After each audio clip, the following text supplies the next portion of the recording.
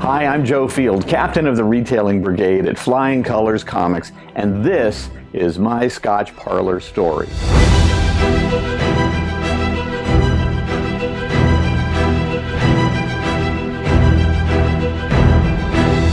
Now, everybody thinks that the summer of '67 is the summer of love, but for me it was the summer of comics, and I'll tell you why. On the third day of summer in 1967, I broke my arm falling out of a tree from about 20 feet, spent the night in the hospital, needed surgery, and when I got home, it was bed rest for several days, and some of the neighbor kids brought me little get well gifts. But my pal Steve, who's my sort of comics guru and was from even when he was 9 years old in 1967, brought me two comic books. He brought me Amazing Spider-Man 51, which was the first full appearance of the Kingpin, and Fantastic Four number 65, which was the first appearance of Ronan the Accuser, who's been seen in the Guardians of the Galaxy movies. And so that became the summer of hunting for comics everywhere we could. Yeah, and that's where it all started. For me, it was never a dream, never a thought that I would open a comic book store. My goal was to have a career in radio. And when I got out of school, I went to work for KJOY AM in Stockton, California. I worked there for 10 years in sales and marketing, and it was in that role that I had a kind of a loony idea. All today's news from California's capital news station, Newswatch 13. Time Stockton was recognized for something fun. So says Joe Field, who is spearheading the effort to have Stockton named as the birthplace of the Fantastic Four. The Human Torch, The Thing, The Invisible Girl, and Mr. Fantastic appeared on the scene 25 years ago, hailing from Central City, California. There are many cities in the comics that use real names: New York, San Francisco, Los Angeles, etc. One of the few remaining that's still a fictitious name is Central City, California.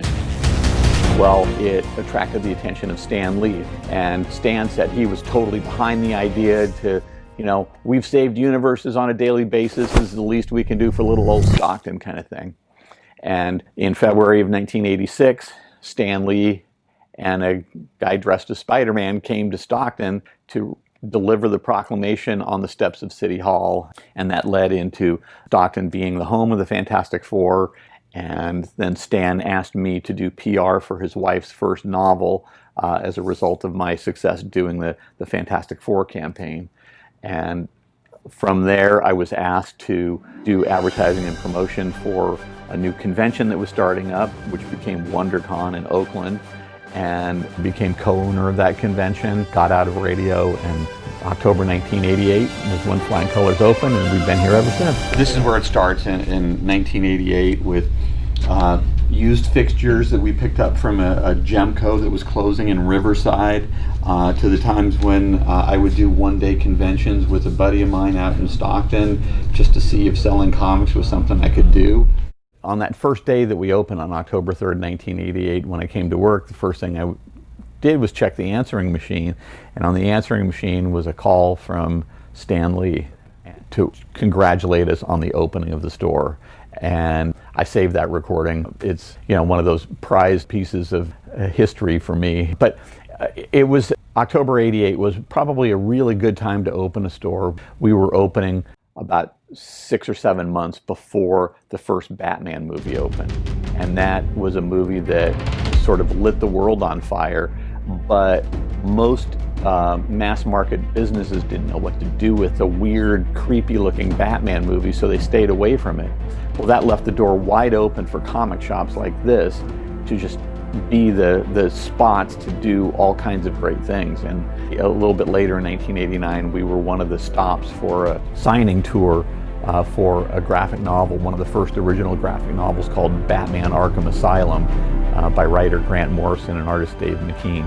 We still sell that book today, but that day probably the first time I felt validated that we were going to be able to make it in business. This only goes back to about 2011, but some of the artists that we've had come in to sign include Stan Lee, Neil Adams did this Batman, Jim Lee did this Joker piece that's the centerpiece of the whole thing. Co-creator of The Watchmen, Dave Gibbons, did this Rorschach from Watchmen. Liam Sharp, Wonder Woman artist, did this really cool Wonder Woman here. Joe comes up with these creative ideas of how to put together a creative, fun fundraiser that would benefit either important causes in the community or important causes with the comic book industry. Joe Field, back in 2001, he founded Free Comic Book Day. This is the world's largest comics-related event. What started small has now ballooned into what you see here today. Free Comic Book Day is now celebrated worldwide. In 65 countries, publishers distribute 6 million copies of special edition comic books for the giveaway, with an overall turnout of about 1.5 million people. The comic book industry today is probably bigger and wider and more confusing than it's ever been. Comics are everywhere. Comics are the nexus of all pop culture. If you think of all of the things that are going on in TV, movies, video games, advertising, all visual entertainment begins with comics. They all begin with storyboarding, which is comics, before they ever hit the screen. And so comics are a really powerful entertainment medium. One of the world's best-selling cartoonists, Raina Telgemeier, did her little self-portrait from Smile and some of her graphic novels.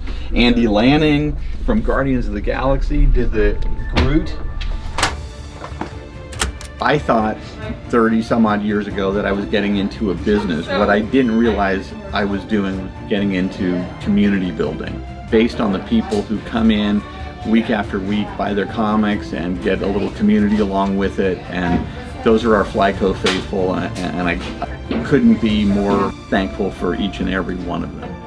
There are a lot of places where you can get most of the same stuff that we sell, but there are no other places where you can come and get what we actually give to the community on a daily basis.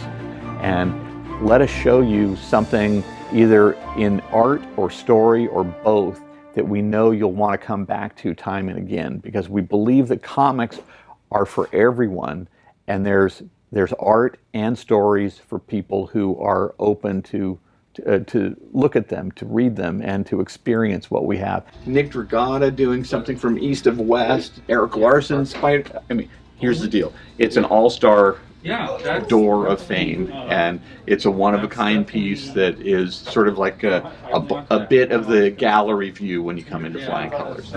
My goal is to keep on making this work for as long as we possibly can. I will tell you that the reason I opened a store was for my family. My wife and my daughters are the inspiration, and it took a long time to really make it a completely family business, because those first 5 years I was commuting 6 days a week from Stockton. So the goal was get the family moved back here. My dad just does what he loves. It comes from, he can't help it. It just comes from a really authentic place. And he wouldn't know how to make it contrived. He just does, like, he's very true to it. So what do I know about the future? I just know that we're going to keep on working hard to make Flying Colors viable and keep on delivering comics and community Contra Costa area. We want to be part of what's going on here for a long time to come.